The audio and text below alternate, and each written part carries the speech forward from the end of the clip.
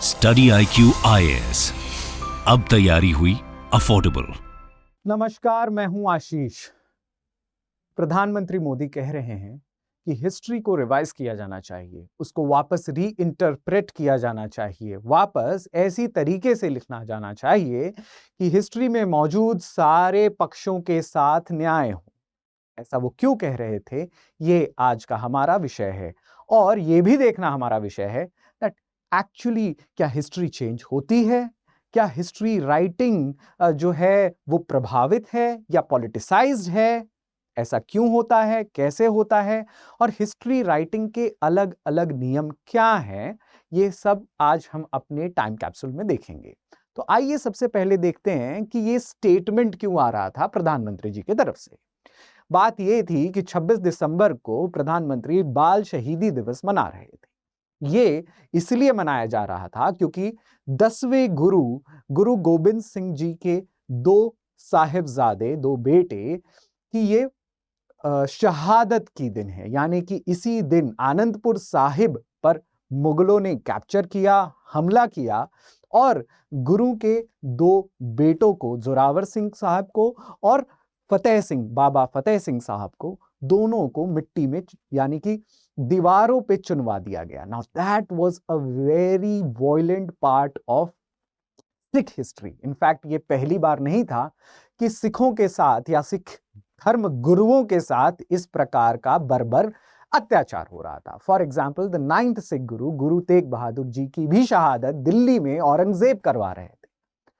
तो कहने का मतलब ये था प्रधानमंत्री जी का कि क्या ये पार्ट ऑफ हिस्ट्री पढ़ी पढ़ाई क्यों नहीं जाती है या सामने पेश क्यों नहीं की जाती है। एंड इनफैक्ट ये भी देखा गया कि बाद में गुरु गोबिंद सिंह जी हिमसेल्फ वो खुद जब एक उन्होंने खत लिखा था औरंगजेब को जिसका नाम है जफरनामा, हालांकि वो खत के मर्म अपने आप में एक लेक्चर हैं और किसी और दिन के लिए सही उस खत का मजमून हम पढ़ेंगे, लेकिन अभी तक के लिए बात इतनी कहना लाजमी होगा, सिर्फ इतना कहूंगा कि जब जफरनामा गुरु गोबिंद सिंह लिख रहे थे, एक प्रकार से वे औरंगजेब को चैलेंज भी कर रहे थे और समझा भी रहे थे कि जैसे मराठाओं ने आपको दक्कन में लाकर मुगल्स को खंडर बना दिया है, जिसको हम कहते हैं डेक्कन अल्सर। हिस्टोरियन जदुनाथ सरकार ने औरंगजेब का ये डेक्कन अल्सर कहा था, उसी प्रकार से गुरु गोबिंद सिंह जी भी औरंगजेब को चेता रहे थे। बहरहाल उनकी मीटिंग नहीं होती है, औरंगजेब उससे पहले ही इंतकाल फरमाते हैं एंड गुरु गोबिंद सिंह को भी असैसिनेट किया जाता है by an Afghan assassin. Anyhow, ये उस हिस्टोरिकल कॉन्टेक्स्ट के बारे में प्रधानमंत्री जी बात कर रहे थे। लेकिन अब हमें समझने की जरूरत है कि क्या ऐसा सही में इंडियन हिस्ट्री में होता है, या आप जो हिस्ट्री पढ़ते हैं क्या वहां पर ऐसा होता है कि कुछ फैक्ट्स बताए जाते हैं, कुछ फैक्ट्स को नहीं बताया जाता है, या हिस्ट्री लिखने की पद्धति है कैसी, इस पर भी हम चर्चा करेंगे। For example writing of history, history लिखना उतना ही साइंटिफिक काम है जिसको हम कहते हैं सोशल साइंस का पार्ट हिस्ट्री है, राइट।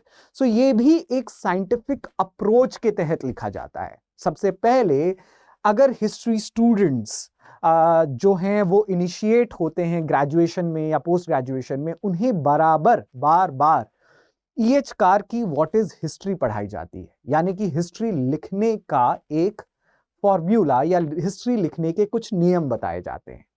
EH कार साहब कहते हैं कि हिस्ट्री लिखना कोई एब्सोल्यूटिस्ट काम नहीं है, एक पॉजिटिविस्ट काम नहीं है। यानी कि इसका मतलब क्या है कि जो चीज पीछे घट चुकी है उसको आप पूर्ण सत्य के रूप में कभी बता ही नहीं सकते। इसका क्या मतलब है? फॉर एग्जाम्पल अगर मैं कहूं कि डीमोनेटाइजेशन हम सबके सामने हुआ था, लेकिन डीमोनेटाइजेशन को लेकर आप जितने भी लेख पढ़ें, कुछ लेख आपको कहेंगे कि डीमोनेटाइजेशन ने अपने गोल्स प्राप्त कर लिए या अपने गोल्स अचीव कर लिए, या कुछ लेख में आप पढ़ेंगे कि demonetization Indian economy, GDP, currency notes इत्यादि चीजों के लिए, एक्सेट्रा चीजों के लिए ठीक नहीं था। एक ही चीज, एक ही फैक्ट, एक ही घटना जो आप अपने आंखों के सामने होते हुए देख रहे हैं, उसके भी कई सारे वर्जन्स हैं। तो ऐसा कैसे हो सकता है कि हम इतनी पुरानी घटनाओं के बारे में बात करें जो हमारे आंख के सामने हुई भी नहीं? फॉर एग्जाम्पल, अब हम में से कोई भी इस पृथ्वी पर जिंदा है ही नहीं जिसने बुद्ध को देखा था, या जिसने महावीर को देखा, या जिसने अकबर को देखा, या जिसने अशोक को देखा, या जिसने सम्राट पृथ्वीराज चौहान को देखा, या फॉरगेट गांधी जी को देखा। अब कोई है ही नहीं वैसा। सो एब्सोल्यूटिस्ट वर्जन ऑफ हिस्ट्री पढ़ना या लिखना उतना ही टफ है जितना पीछे आप हिस्ट्री में जाएं। इसीलिए स्कूल्स ऑफ हिस्टोरियोग्राफी हैं, यानी कि हिस्ट्री लिखने के तरीकों में अलग अलग स्कूल्स हैं, अलग अलग अगर मैं कहूं ग्रुप्स बने हुए हैं। अब ये स्कूल्स क्या हैं, इन पर हम थोड़ी नजर डालते हैं और इसी से हमें पता चलेगा कि हमारी हिस्ट्री जो हमें मिली हुई है, जो आज हम पढ़ते हैं, वो कितनी प्रभावित है या वो इन सब चीजों से कितनी अफेक्टेड है। सबसे पहले हम बात करते हैं ब्रिटिशर्स की, जिन्होंने हमारे लिए हिस्ट्री लिखना शुरू किया। फॉर एग्जाम्पल, जेम्स मिल नाम के एक व्यक्ति थे जिन्होंने 1817 में काफी अथॉरिटेटिव बुक निकाली जिसका नाम था हिस्ट्री ऑफ ब्रिटिश इंडिया, और ये 3 वॉल्यूम्स में निकाली। और इस वॉल्यूम में इन साहब ने ये बताया कि देखिए, एंशिएंट इंडिया जो है वो हिंदुओं का समय था, मिडीवल इंडिया जो है वो मुसलमानों का समय था, और ब्रिटिश इंडिया जो है वो असली सिविलाइजेशन या असली धर्म का समय है, ट्रू फेथ का समय है, बिकॉज वो क्रिश्चियनिटी और मॉडर्निटी को लाता है। अब ये इनकी समझ थी। फॉर एग्जाम्पल, क्या विजयनगर डायनेस्टी मिडीवल टाइम पे नहीं थी? वो एक हिंदू डायनेस्टी थी, फिर भी थी। हम अर्ली मिडीवल में क्या चोलास को नहीं पढ़ते हैं? वो भी एक हिंदू डायनेस्टी थी, लेकिन फिर भी थी। So that shows us, that gives us कि हिस्ट्री को 3 भागों में या 3 साइलोज में बांटना, that created what you call as the British और इंपीरियलिस्ट वर्जन ऑफ हिस्ट्री। और ये हमारे हिस्ट्री को कम्युनल कलर दे रहा था, या एक प्रकार से हम अपनी हिस्ट्री को ब्रिटिश के चश्मों से देखते थे। ये हमारे लिए हानिकारक था, बिकॉज यहां पर ब्रिटिश एलिबाइज ऑफ एम्पायर क्रिएट करते थे, यानी कि वो अपने यहां मौजूद रहने की एक वजह बताते थे कि हम इंडिया में इसलिए हैं बिकॉज इंडिया में ना कल्चर है, ना आर्ट है, ना फिलॉसफी है, ना रिलीजन है। आप बर्बर हैं, आप सिविलाइज्ड नहीं हैं।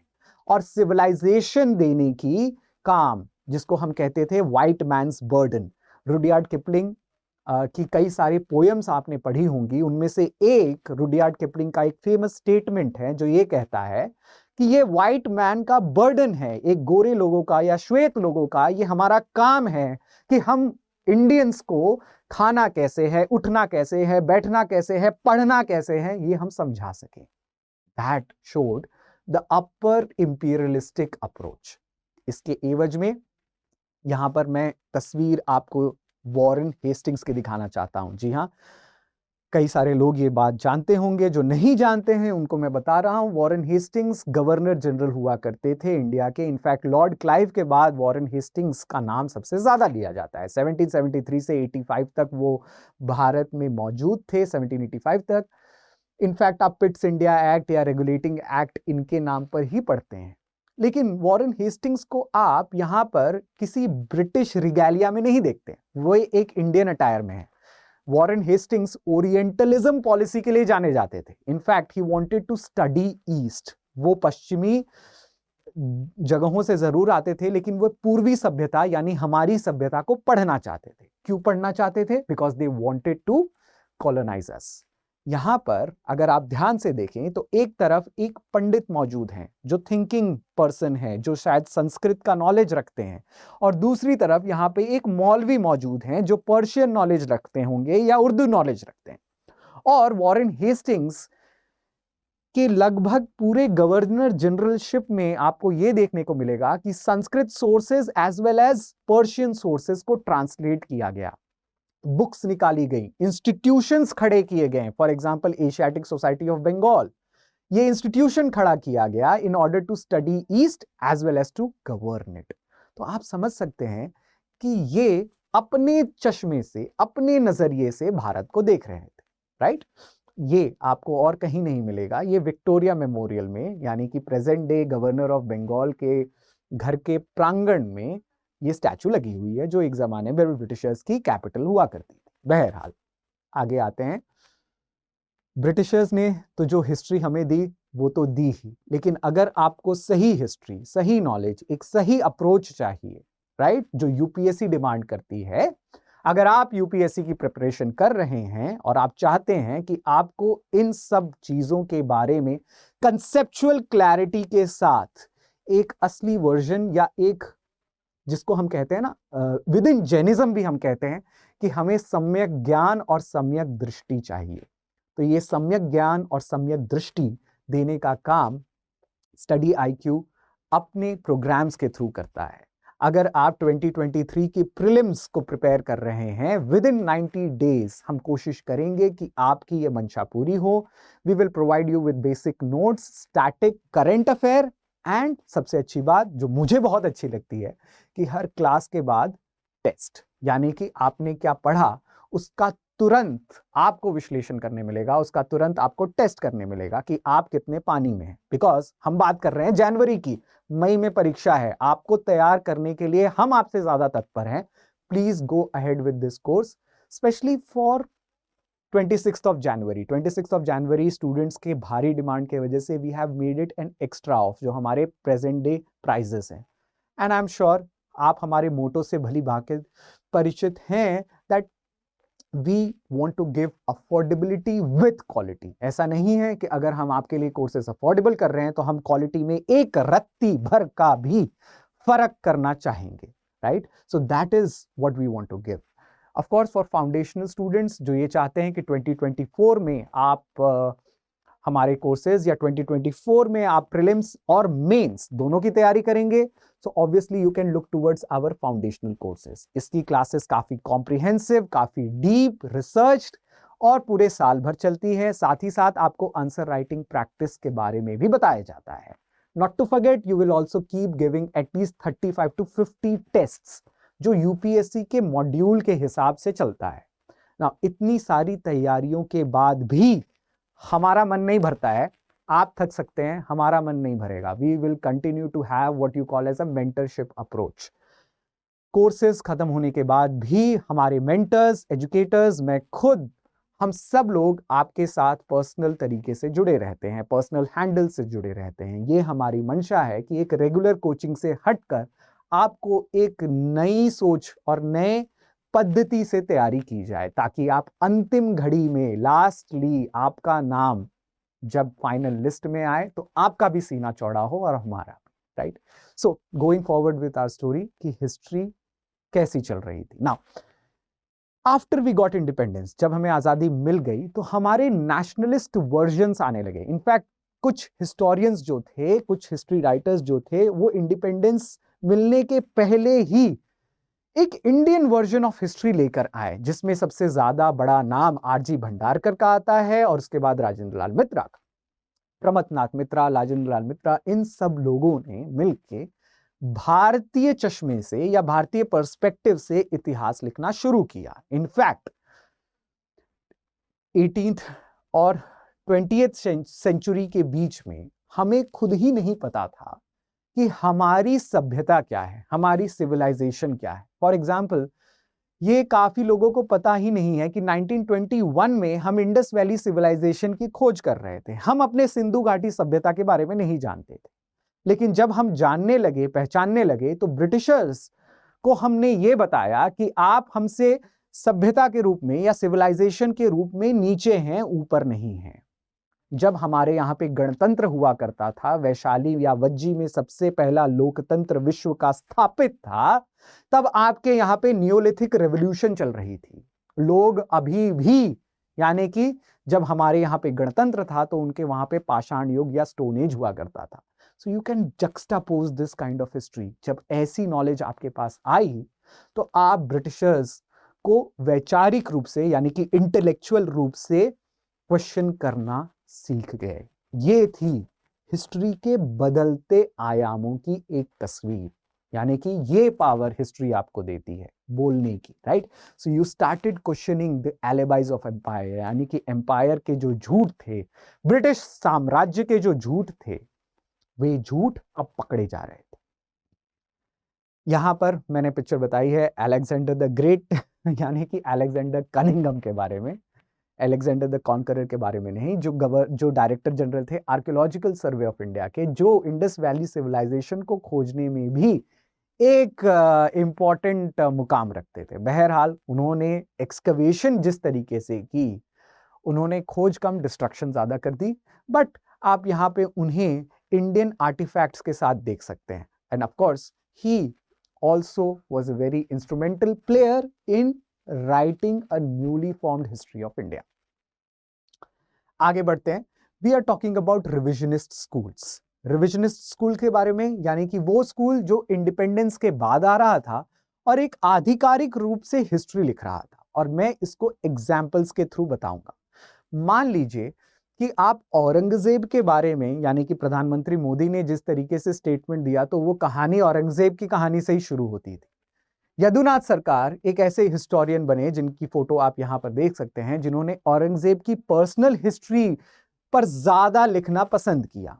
इनफैक्ट ऐसे बहुत सारे हिस्टोरियंस हुए, जैसे RC Majumdar, SD Sankalia, SN Sen, जिन्होंने एक नई हिस्टोरिकल राइटिंग्स 1950 से लेके 70s के बीच में, 1950 से लेके 70 के बीच में लिखनी शुरू की, जो एक प्रकार से हिस्ट्री को अपना रहा था, यानी कि भारत अपना रहा था। देखिए, नेशन बिल्डिंग प्रोसेस, जो जवाहरलाल नेहरू कह गए कि we are building a modern nation state, जिसमें डैम्स बन रहे थे, जिसमें इंडस्ट्रीज बन रही थी, जिसमें हमारे पॉलिटिकल इंस्टीट्यूशंस बन रहे थे, वैसे ही हिस्ट्री भी बन रही थी, और हिस्ट्री मेकिंग भी एक नेशनल प्रोजेक्ट के तहत आ रहा था, और इन सब प्रोजेक्ट में ये हिस्टोरियंस काम कर रहे थे।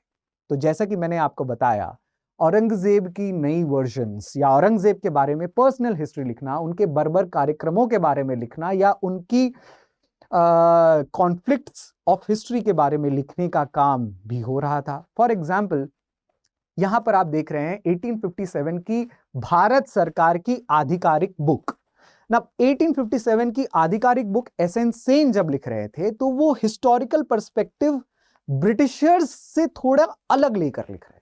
ब्रिटिशर्स इसको सिर्फ एक सिपाही विद्रोह करार देते थे 1857 की लड़ाई को, और ये कहते थे कि सिपाही जो थे वो रिलीजियस फैनेटिक्स थे, यानी कि धर्म पर निर्भर बर्बर थे, वे धर्म के नाम पर लड़ रहे थे। लेकिन इस प्रकार की हिस्ट्री ने यह बताना शुरू किया हमें कि वे सिर्फ सिपाही नहीं थे, वे आम नागरिक भी थे, वे आम फार्मर्स भी थे, वे आम तालुकदार्स भी थे, वे आम जनता भी थे, वे आम राजा भी थे, जो साथ में मिलकर भारत में एक प्रकार से ब्रिटिशर्स की नाफरमानी कर रहे थे।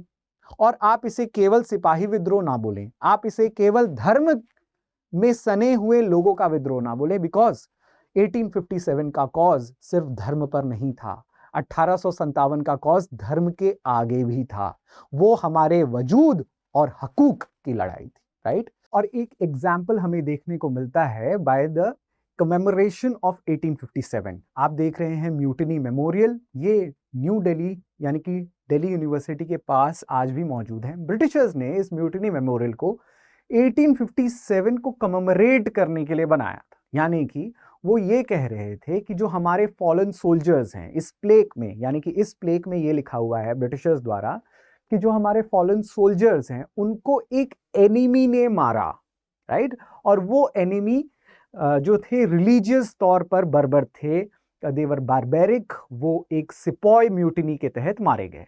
लेकिन जब भारत सरकार ने इस पर अपना प्लेक लगाया, यानी कि ठीक इसके नीचे, बिकॉज इतनी बड़ी पिक्चर आ नहीं रही थी, सो आई हैव बाइफरकेटेड इट। यहां पर भारत सरकार 1972 में क्या प्लेक लगा रही है, वो ये कह रही है the enemy of the inscriptions on this monument, quote unquote में लिखा हुआ है, enemy of the inscriptions on this monument were those who rose against colonial rule and fought bravely for national liberation in 1857। यानी कि history को archaeology के तहत या आप कह सकते हैं इन मॉन्यूमेंट्स के तहत एक नया रूप प्रदान करने की कोशिश की गई।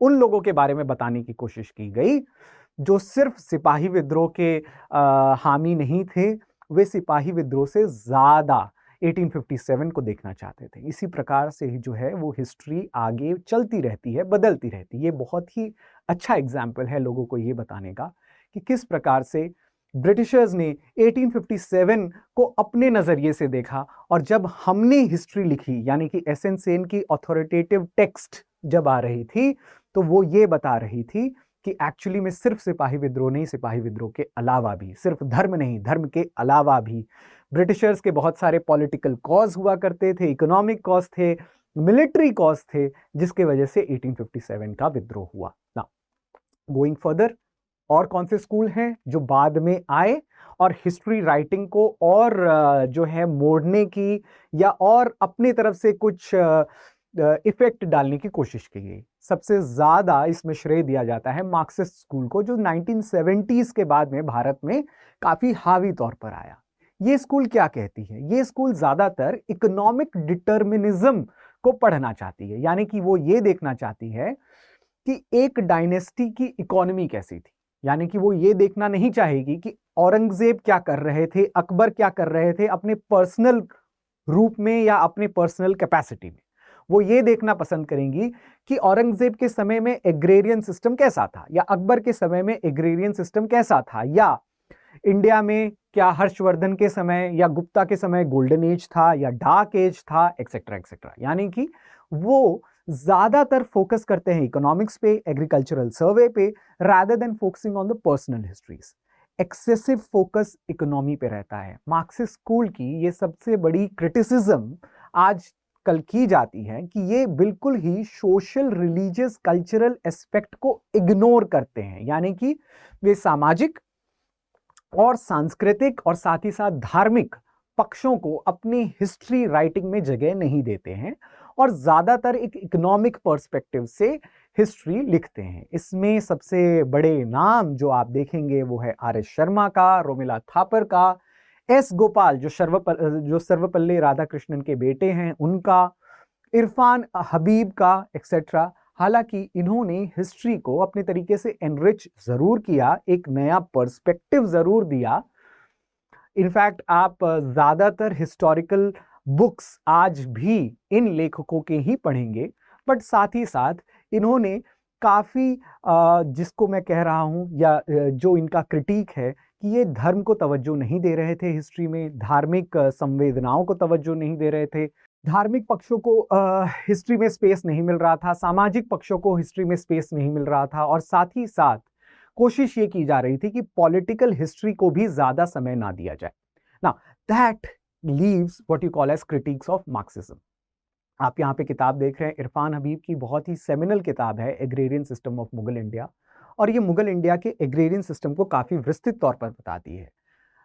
इन्हीं सब क्रिटिक का एक तरीके से रोमिला थापर ने भी जवाब दिया जब उन्होंने सोमनाथ के ऊपर एक किताब भी लिखी। सो अर्ली इंडिया के ऊपर भी इनकी किताब है और सोमनाथ के ऊपर भी इनकी किताब है, जहां पर वो political history particularly during the time of Ghaznavi empires या गजनवीड अटैक्स, वो पॉलिटिकल हिस्ट्री को ट्रेस करती हैं भारत में during the time period of 10th 11th century.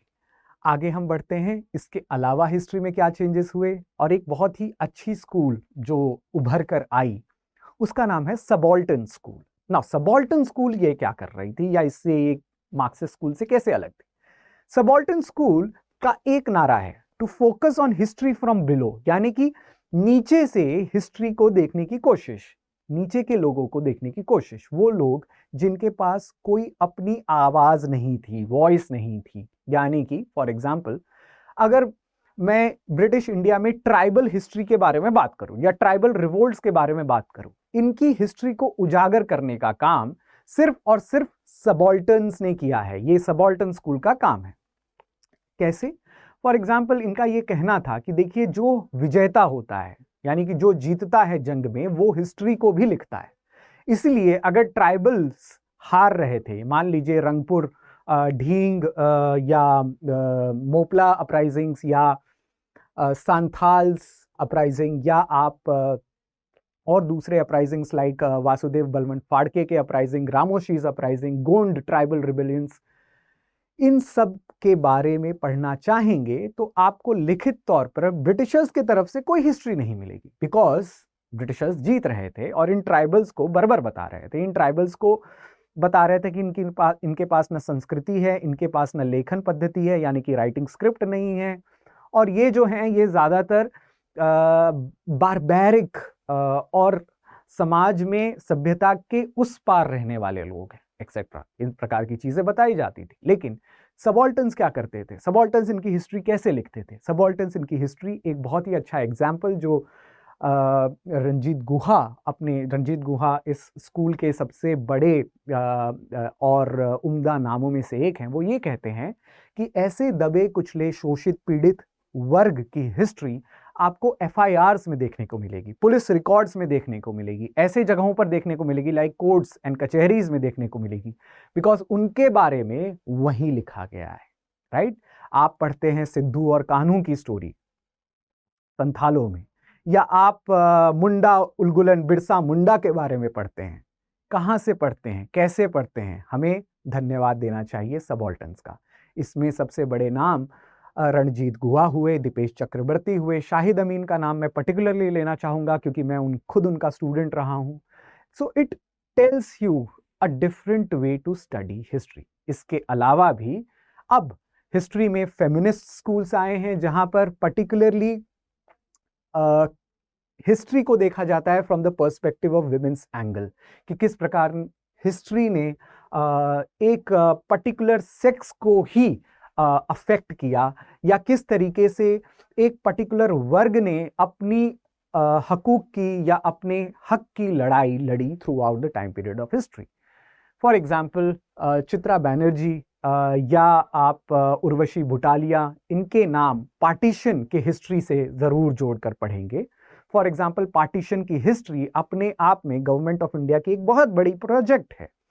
हाल ही में उन्होंने ओरल हिस्ट्री को लिखने का काम पार्टीशन के लिए किया है, बिकॉज पार्टीशन में विस्थापित जितने भी लोग थे, ज़्यादातर औरतें इससे काफ़ी प्रभावित हुई, और पार्टीशन का उन पर क्या इफेक्ट पड़ा, ये एक अलग फॉर्म ऑफ कॉन्फ्लिक्ट है, ये अलग form of conflict of history है।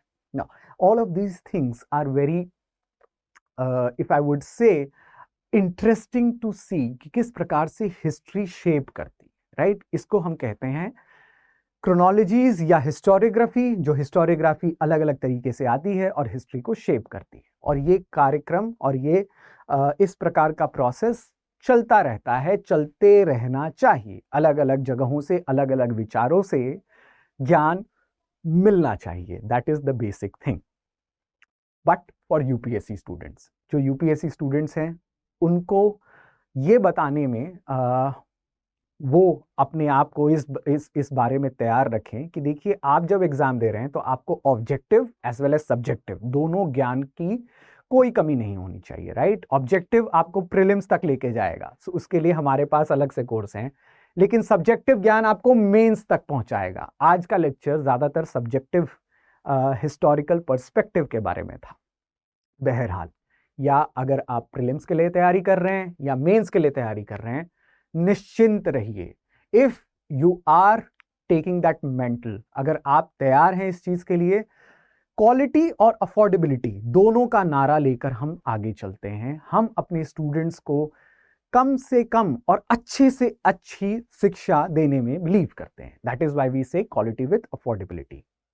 नाउ स्पेशल कंसेशंस हमने रिपब्लिक डे को सेलिब्रेट करते हुए स्पेशल कंसेशंस दिए हैं। Use the code ash live, इस कोड को यूज करेंगे और आपको जो अराउंड जो प्रेजेंट डे प्राइजेस है उससे भी कम में आपको कोर्सेज मिलेंगे, बशर्ते आप 26 जनवरी तक इस कोड को यूज करें।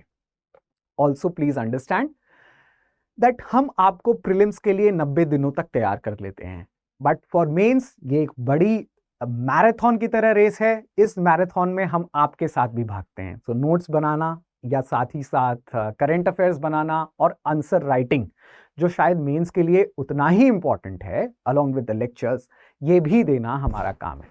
So all of these things, all of these questions, अगर आपके मन में इन सभी चीज़ों से जुड़े हुए सवाल हैं, please write it, comment below. मैं अपना इंस्टाग्राम हैंडल भी आपके साथ शेयर करूंगा।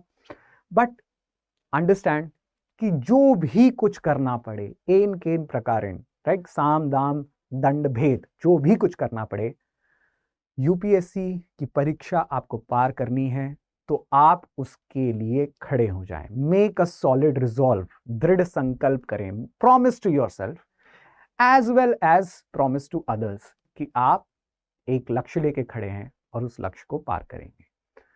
Thank you for watching study IQ। My name is Ashish. Study IQ IAS, अब तैयारी हुई अफोर्डेबल।